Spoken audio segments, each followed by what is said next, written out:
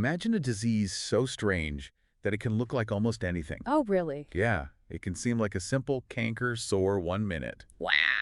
And then, bam, it's acting like inflammatory bowel disease the next. That's pretty wild. It really is. And that's just the beginning. It can even lead to things like blindness and blood clots. Oh, wow, that's serious. It is. And that's what we're diving into today. Behcet syndrome. Behcet Syndrome. Yeah, it took doctors ages to even realize it was a real separate illness. I bet. With all those different symptoms, it's got to be tough to pin down. Absolutely. It's like a medical chameleon, always changing. That's a great way to put it. So we're going to unpack all of that today, the whole mysterious world of Behcet syndrome. Okay. We'll uncover its history, explore all those crazy symptoms, and try to figure out why it's so good at mimicking other diseases. You know, what's really fascinating to me is how Behcet's shows us just how much we still don't get about our own immune systems. That's a good point. Like, all those symptoms we see, they're really just hints, clues to something much bigger happening inside the body. Yeah, like the tip of the iceberg. Exactly. So to understand this complex iceberg, let's go back in time. Back to the 1930s, where we meet a Turkish dermatologist named Dr. Hulusi Behcet. Sounds interesting. He started noticing something unusual in some of his patients. Uh-oh, what was it? Well, they kept getting these painful ulcers Ulcers, huh? Like where? in their mouths and on their genitals. Oof, that sounds uncomfortable. Yeah, it definitely wouldn't be fun. And some even had inflammation in their eyes, a condition called uveitis. Uveitis. Okay, so ulcers and eye problems, but back then, didn't doctors think those were, like, separate problems? You're right, they did. They didn't see a connection. So how did Dr. Behcet figure it out? He suspected there was something more going on. He just had this hunch. He was like, wait a minute, there's got to be a link here. Exactly. He was a sharp observer. And instead of dismissing these symptoms as random, he was able to connect them. And that's how Behcet's disease was discovered. Eventually, yes. It was named after him years later. Wow, that's incredible. Talk about seeing a pattern that everyone else missed. It really makes you think about how many other diseases might have gone unnoticed just because nobody put the pieces together. Yeah, that's a good point. It's like, how many other medical mysteries are still out there just waiting for someone to connect the dots? Right. It really highlights the importance of observation and critical thinking in medicine. Oh, absolutely. And speaking of connecting dots, the story of Behcet's gets even more interesting. Oh, how? Well, it turned out that this disease wasn't just limited to Turkey. Interesting. Where else was it popping up? All along the ancient Silk Road. You know, that massive network of trade routes that connected East and West. Ah, the Silk Road. That's a fascinating connection. Yeah. So what did that tell researchers about Behcet's? Well, it got them thinking about links between trade, genetics, and how diseases spread. Okay, I'm following. Like maybe there was something along the Silk Road, something in the environment, or even, a specific germ being traded that was triggering the disease. Like a specific trigger for people who are already genetically susceptible? Exactly. That was a big clue. The Silk Road provided this geographical clue. And then, researchers had a breakthrough. They discovered the HLA-B51 gene. Ah, the HLA-B51 gene. Now that's a big one, right? It is. It's a genetic marker that's linked to an increased risk of getting Behcet's. And its discovery helped explain why the disease was more common in those Silk Road regions. But there's a catch, right? There's always a catch, isn't there? Always. Not everyone with the HLA-B51 gene actually develops Behcet's. So genetics isn't the whole story. Nope. There's got to be something else at play. And researchers believe that environmental triggers could be the missing link. Things like infections. Yeah, infections, stress, maybe even other things we haven't figured out yet. So it's kind of like having a loaded gun, right? The gene is the loaded gun, but you still need a trigger to actually fire it. That's a perfect analogy. It really highlights the complex relationship between genetics and environment. It's like a delicate dance, It really is. So we've got the genetic component and these potential environmental triggers.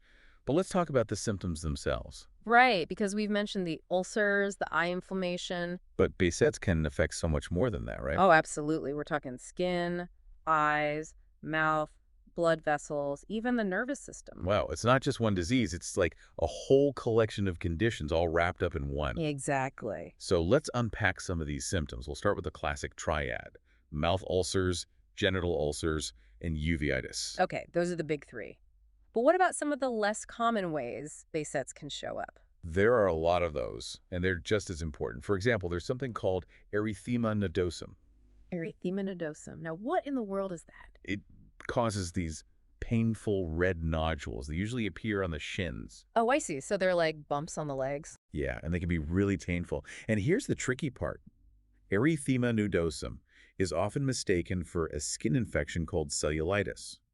Oh, no. So people might not even realize they have Behcet's. Exactly. It can lead to delays in diagnosis, which is never good.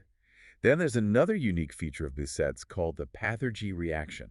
Okay, pathergy reaction. I've never heard of that. So imagine you get a small cut or a needle prick, Yeah. something that normally wouldn't be a big deal. Right. It would just heal up on its own. Exactly.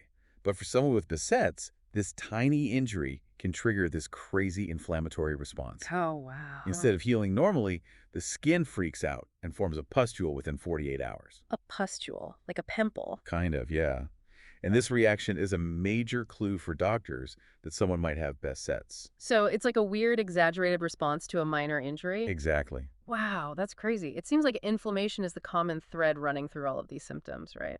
It definitely is. And we're just scratching the surface here. We've talked about the skin, eyes, and mouth. But Behcet's can also affect the blood vessels. Oh, right. It can cause vasculitis. You're right, vasculitis. That's Wow. inflammation of the blood vessels. Hmm. And it can affect both veins and arteries. Now that sounds dangerous.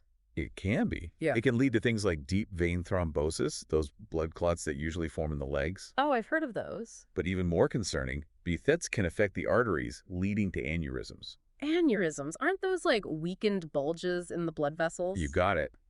And if an aneurysm bursts, it can be life-threatening. Yikes. So we're not just talking about some annoying ulcers here. This is serious stuff. It is. Aneurysms are actually one of the main causes of death in people with Behcet's. Okay, now that's scary. So we've covered the skin, eyes, mouth, blood vessels. Is there anything else Behcet's can affect? Unfortunately, yes. There's also Behcet Syndrome. It affects the nervous system. Behcet's. That doesn't sound good. It's not. It can cause a whole range of neurological problems, from severe headaches to seizures and even problems with thinking and coordination. It's like this disease just doesn't know when to stop, huh? It really is a chameleon. It can affect so many different parts of the body in unpredictable ways. So with all these different symptoms, how do doctors even begin to diagnose Behcet's? What are they looking for? That's a great question, and one we'll definitely delve into in the next part of our deep dive. Okay, I'm already hooked. Stay tuned, because we're just getting started. There's so much more to uncover about this mysterious and fascinating disease. Can't wait. So before we took a break, we were talking about just how complicated Behcet's is. Right, and how it can be really hard to diagnose because it looks like so many other things. Exactly. It's Yeah. like trying to solve a medical puzzle, trying to put all these pieces together. No kidding. Is there even a test, like a blood test or something, that can just tell you if someone has Behcet's? That would be nice, wouldn't it? It would. Unfortunately, there's no one single test. So doctors have to be real detectives then. Pretty much. They have to rely on a bunch of different things. The patient's medical history, of course, Mm-hmm. a thorough physical exam, and honestly, sometimes just good old-fashioned detective work. Wow. It's like a real medical mystery. So if there's no simple test, what are doctors looking for to figure out if it's Behcet's? Patterns, mostly. Patterns. Yeah, like that classic triad we talked about. Mouth ulcers, genital ulcers, and uveitis. Right. If someone has all three, it's a pretty strong sign. Makes sense. But even if it's just 2 out of 3, it can still raise a red flag, especially in places where Behcet's is more common, like those Silk Road regions. But we talked about how Behcet's can mimic other diseases too, like Crohn's or even MS. Yeah. How do doctors rule those out? Well, that's where the detective work comes in. Okay. They have to carefully look at all the symptoms and make sure it's not something else first. Okay. Like, let's say someone has a lot of belly pain and ulcers. A doctor might first think, okay, maybe this is Crohn's disease. Right. But if they also have those mouth ulcers and the eye inflammation, well, then Behcet's starts to look more likely. So it's not just about one symptom, it's about the whole picture, right? Precisely. And sometimes it takes a whole team of specialists to get to the bottom of it. Really? Oh, yeah. You might have an ophthalmologist checking the eyes, a rheumatologist looking at the joints, a gastroenterologist for the digestive system, the whole 9 yards. Wow. It really shows how Behcet's can affect the whole body. Mm. And I guess that team approach is important for treatment too, right? Absolutely. Once a diagnosis is made, the treatment really depends on how severe the symptoms are and where they are in the body. Makes sense. Like for mild cases, you might just need some creams or mouthwashes to help with the ulcers. Okay. But for more serious cases, especially if there's organ damage, you're going to need stronger meds. Like those corticosteroids we talked about earlier. Exactly. Corticosteroids are great at quickly tamping down inflammation, Right. but they're not a long-term solution. Why not? Well, they can have some pretty nasty side effects, especially if you use them for a long time or at high doses. Think of them like a fire extinguisher. Oh, okay, I see. It's great for putting out the immediate fire, but not so great for preventing future ones. Gotcha. So if corticosteroids aren't ideal for the long haul, what else can people with Behcet's do? Well, luckily, there have been some big advancements in treatments, especially with these new biologic therapies. Biologic therapies. Yeah, they work by targeting very specific parts of the immune system that are out of whack in Behcet's. Like those TNF inhibitors we talked about. Bingo! TNF inhibitors are a type of biologic therapy that blocks a molecule called TNF-alpha. TNF alpha. It's kind of a messenger molecule that promotes inflammation. So these drugs block those messages. In a way, yeah. By blocking TNF-alpha, these drugs can really help calm down that overactive inflammatory response you see in Behcet's. Interesting. So instead of just shutting down the entire immune system like corticosteroids do, these target a specific pathway. Exactly. It's a much more targeted approach, and it's been a game changer for lots of folks with Behcet's. That's great to hear. Oh yeah, TNF inhibitors are really effective for controlling some of the more severe things like uveitis, which can really mess with your eyesight, Right. and vasculitis, which can damage those blood vessels. So it sounds like treatment has come a long way. Yeah. Are there other promising treatments on the horizon? Definitely. Research is ongoing, and scientists are always looking for new ways to target and treat this disease. What kind of things are they looking at? Well, there are other types of biologics that target different inflammatory pathways, and they're even exploring cell-based therapies that could basically retrain the immune system. Wow, that's incredible. But even with these advancements, Behcet's is still a chronic condition, and it can be unpredictable. What kind of challenges do people face living with it day to day? Well, the unpredictability itself is a big challenge. You never know when those symptoms might flare up. Imagine planning a trip or a big event and then having to cancel because you suddenly get hit with those painful ulcers or your eye starts acting up. That would be so frustrating. It is. And because BISIS is pretty rare, a lot of people, even doctors, don't really understand it. That's a shame. It is. It can lead to misdiagnoses and just a general lack of awareness. So raising awareness and educating people about Behcet's is super important. Absolutely. And we need to make sure people can get diagnosed early and have access to specialists who know how to manage this disease. So we've talked about the challenges of diagnosing Behcet's, how treatments have evolved, and the impact it can have on everyday life. But we've also seen that there's still so much we don't know about this disease. That's true. What are some of the big mysteries that researchers are still trying to solve? You know, that's a great question, and it's the perfect segue to the final part of our deep dive. We're going to explore the cutting edge of Behcet's research, talk about the search for a cure, and see what the future holds for people living with this mysterious and complex condition. I can't wait. Let's get to it. Welcome back.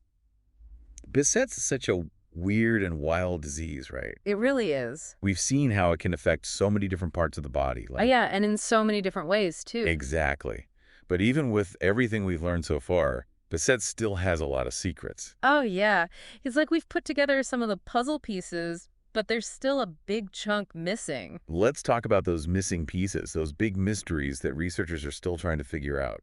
Okay, so one of the biggest ones is what actually causes Behcet's in the first place. Right. We know about the HLA-B51 gene Mm-hmm. and how it increases the risk, Mm. but not everyone with that gene gets the disease, Exactly. So genetics alone can't be the whole story. which means there has to be something else going on, something in the environment. Right, like an infection or maybe even stress. Something that triggers the immune system to go haywire. Like flipping a switch. Exactly. But we still don't know exactly what that switch is. And if we could figure that out, we might be able to stop the disease from even starting, right? You got it. Huh. If we knew what those triggers were, we could potentially intervene early and prevent Behcet's from developing. That would be huge. But there are other mysteries too, right? Like, why does Behcet's act so differently in different people? That's another big one. It's like some people just have mild symptoms like those canker sores, but then others have really serious complications like aneurysms or even strokes. Yes, such a wide range. And we don't know what determines that, why some people get hit harder than others. It must make it tough for doctors to know what to expect. Oh, it definitely does. And it makes it harder to tailor treatments to each person. Because right now, it's mostly about treating the symptoms as they come up, right? Definitely. But ideally, you'd want to be able to predict who's at risk for the more serious stuff Right. and maybe even prevent those complications from happening. Absolutely. That's the ultimate goal. Now, our sources mention some interesting research on the microbiome and how it relates to Behcet's. Oh, yeah, the microbiome. It's all the rage in research these days. It seems like it's connected to so many things. It really is. It's like this whole ecosystem living inside us, mostly in our gut. And it sounds like that ecosystem might be out of balance in people with Behcet's. That's what the research is suggesting, yeah. It seems like certain imbalances in the gut microbiome could either contribute to the development of Behcet's or make the symptoms worse. So it's like a garden where the weeds have taken over and it's messing things up. Exactly. So if that's the case, could we maybe treat Behcet's by changing the microbiome, like with diet or probiotics? That's the hope. Huh. There are studies going on right now looking at things like fecal microbiota transplantation. Fecal what? Fecal microbiota transplantation. It sounds gross. Yeah, Elder. But it basically involves taking healthy gut bacteria from a donor and giving it to someone with Behcet's. Oh, I see. To try and rebalance their gut. Exactly. It's still early days, but it's a really exciting area of research. It sounds like there's a lot happening in the research world when it comes to Behcet's. But what about a cure? Is that even a possibility? Well, a cure is definitely the ultimate goal, but right now it's still pretty far off. I see. The focus is on understanding the disease better, figuring out those triggers, and developing more targeted treatments to manage the symptoms and prevent the bad stuff from happening. So while we might not have a cure just yet, there's still reason to be hopeful. Absolutely, especially with the progress we've seen with biologic therapies. Things are definitely moving in the right direction. It seems like the biggest takeaway from all of this is how important awareness is, not just for the general public, but for doctors too. Couldn't agree more. The more we know about Behcet's, the better we can diagnose it early and get people the care they need. And for anyone listening who might be newly diagnosed with Behcet's or know someone who is, what's the most important thing to remember? Well, first of all, you're not alone. Behcet's might be rare, but there are resources out there like support groups and specialized clinics. Right. Don't be afraid to reach out, get informed, and connect with others who get it. And remember, knowledge is power. The more you know about Behcet's, the better you can advocate for yourself and your health. Exactly. We've only just scratched the surface of this complex disease. But with continued research, collaboration, and a commitment to improving the lives of those affected, we can hopefully unlock more of its secrets and create a brighter future for everyone living with Behcet's. Well said. This deep dive has been a fascinating journey, and I want to thank you for joining us and sharing your expertise. It's been my pleasure. And to our listeners, thank you for tuning in. We hope you found this exploration of Behcet syndrome informative and engaging. We'll be back soon with another deep dive into a new and fascinating topic. Until then, stay curious and keep learning.